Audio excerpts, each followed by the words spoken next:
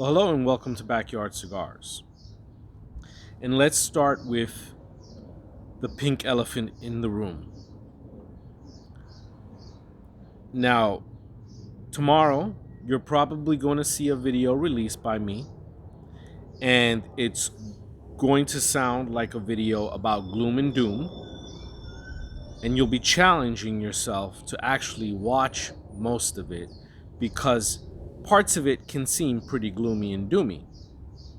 But there is a ray of hope, or at least of an optimistic side to it, and also a side that, that has another story to it. So the video is going to be something that may bore you, and that's okay, because if you want to just fast forward towards the ending where I talk a little bit about the future of this channel, you can do that, and you can hear about some of my opinions on a few things. Nothing crazy, just me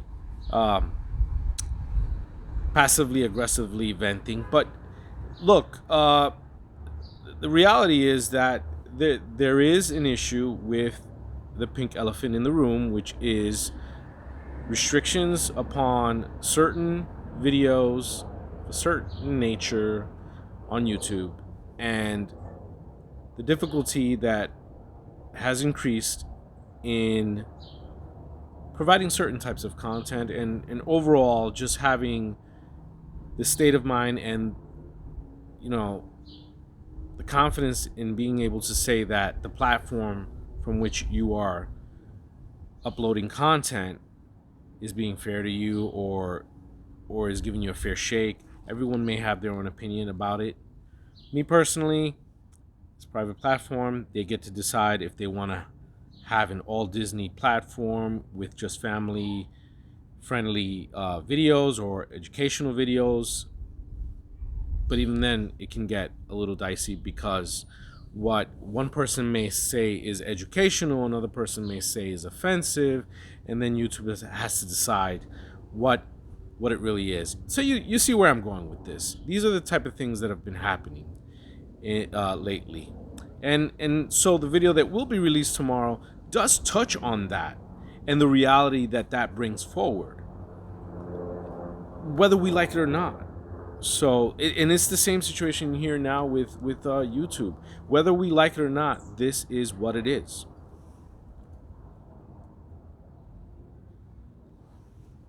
And a lot of content creators, cigar content creators, have made the choice to move on.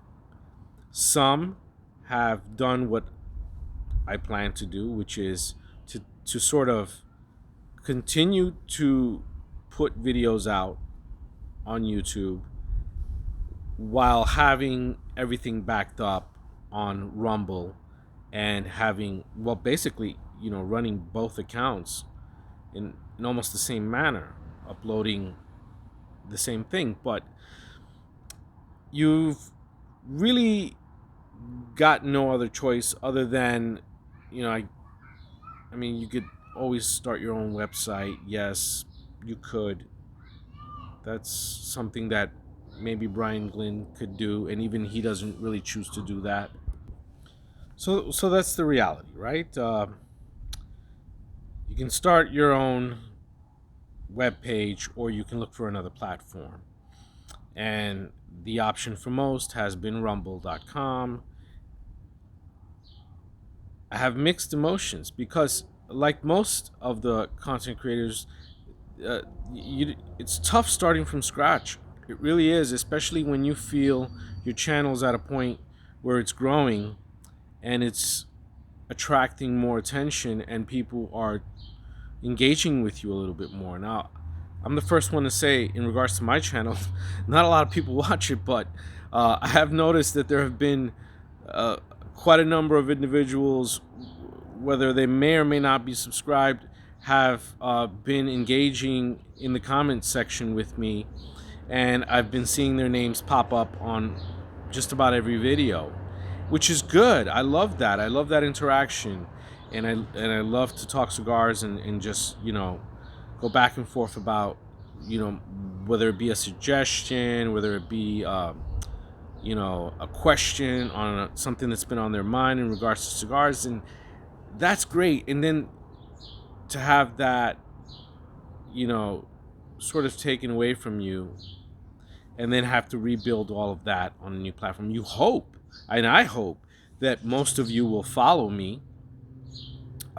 If you go there now, you're probably just going to see the page with no videos yet.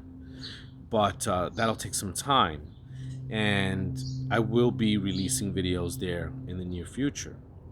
So if you do subscribe to me on Rumble, I won't let you down. I will be bringing the same type of content.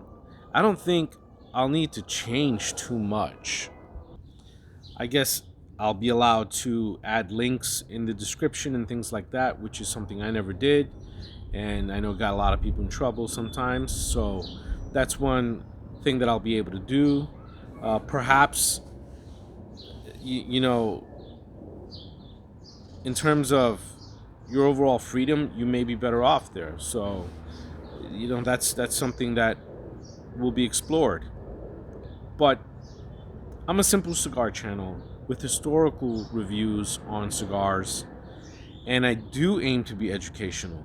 Whether it offends someone or not, it is educational material, and it is part of history, and it's something that I consider important, and I know that a lot of other people do as well. So if you're on a platform that disagrees with that, then they have the right. They set the rules. It's just like when you were living with mom. Didn't matter if you were giving mom $200 a month. If you wanted to do something, it had to go through mom or dad, mom and dad. And they would say, "Hey, it's our house. You live in it, and it's our rules. So you either abide by our rules, or there's the door. Find your own place." But usually you didn't find your own place. You ended up on a buddy's sofa bed. So look, that's the situation. What am I smoking here today? Now, this stick was gifted to me by Daniel from the 505 Cigar Channel, and he had it, I think, maybe close to a year. I've only had it, I myself had it a couple of months, and this is from Tampa, Florida's second female or third female cigar owner in the history of Florida. That this young lady is Chantel Levitt, and she started her cigar company in 2020, I believe, and released the cigars in 2021. This is none other than La Belladonna. La Belladonna, translating to pretty lady. And this particular one says exclusive handmade Belladonna Royal or Royal. And it's a 5x, now the website says 5x40 robusto. I'm thinking that's a typo. This feels like a through and through 5x50 traditional robusto. Yes, 5x50. And let me tell you about it. It has a Cameroon Maduro wrapper, Dominican binder, filler, all Dominican, Dominican Piloto, Dominican Seco, and Dominican Criollo. So that's your cigar specs. What do I think of the cigar? Now, congratulations, Chantel Levitt. I completely wish you the most success. I hope you do extremely well and sell a ton of cigars and your company grows. And I really do. But from what I'm tasting here today, I started off with some light pepper. Then I got some sweetness. I got some sweet cocoa notes. And then I got a little of that like sweet tobacco flavor, which I really liked. I liked that. And with the nice peppery finish, but it's a very mild pepper, very mild white pepper. So it started off pretty good. Now it's a little windy today, so I'm cutting it some slack in terms of the burn line, but I have had to touch it about 3 or 4 times. So as I get to the second band here, it's getting a little spicier, and it's still got that robust earthiness to it. Not much sweetness at this point. Cocoa notes are kind of gone, and you get a little bit of cedar on it as well. Uh, look, it's a young company. She just started, and I really don't know much more about her company other than yes, she's made history. You've got Yvette and Yvonne Rodriguez; those are the first women, and also women of color, to have a tobacco company, a cigar company. She is the third, and that's got to be applauded. That's got to be commended. Her stepping up and doing something like this. It's really good. But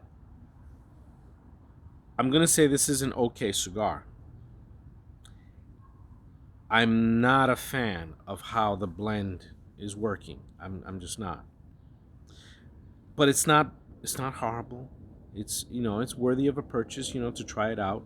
These are they may go for $9, $10.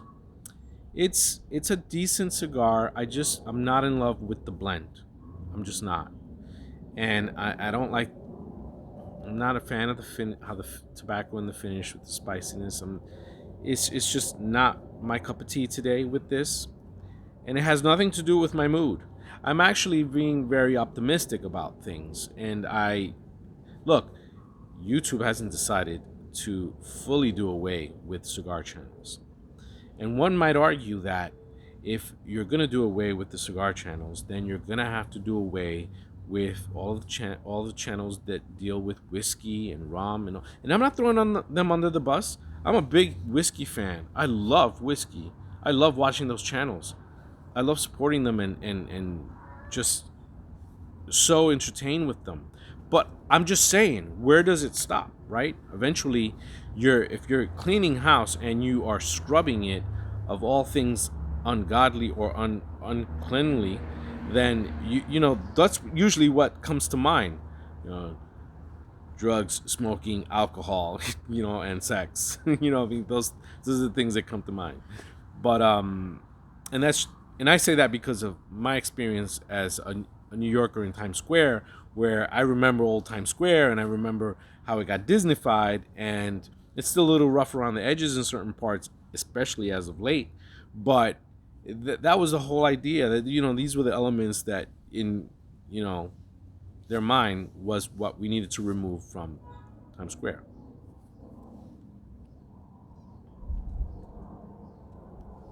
Now we'll tell you that I don't know. There's a part of me that preferred the Times Square of before, and then there is a part of me at this stage of my life that is very thankful for the Times Square that we have now, which is much much safer, and you're less likely to die in Times Square. So that I think that's a positive thing, right? I think that's going. I'm a little disappointed with the bands. Gotta tell you. I kind of want with a name like Belladonna Cigars. I kind of want something a little bit more opulent. I want to see something prettier. This really doesn't, it's not what I consider too pretty, and it doesn't make the cigar more appealing. I'm just saying this from the standpoint of, if you're a new company, you want to stand out a little bit, and yes, you're going to thrive off of word of mouth. And if reviews are positive, obviously, that's going to be a boost for you as well. And you want to be respected by your peers. I get all of that. But, in places where you can still sell your cigars with a cigar band, you should. You should. And it should be really nice. Um, that's a small piece of criticism. I'm not trying to be down putting on this new company. That's not my intent. As I said before, I wish them the most of success, and I really hope they do well. And just because I'm not loving this cigar doesn't mean that I'm not, I've got maybe one or two other cigars from her lines that I'm going to try, and I'll do a fair review on them as well, and you can get a look at what I thought of those vitola sizes. But this is just the robusto, right? The draw is good. The aroma is kind of, I'm not getting a rich aroma. So on that point as well, I'm not getting as much of that aromatic effect that I know a lot of us love in cigars. And so that's not happening here. You know, it is a little windy, and that does take away from that aromatic effect sometimes. So, and not a deal breaker in any way, but something I thought I'd mention.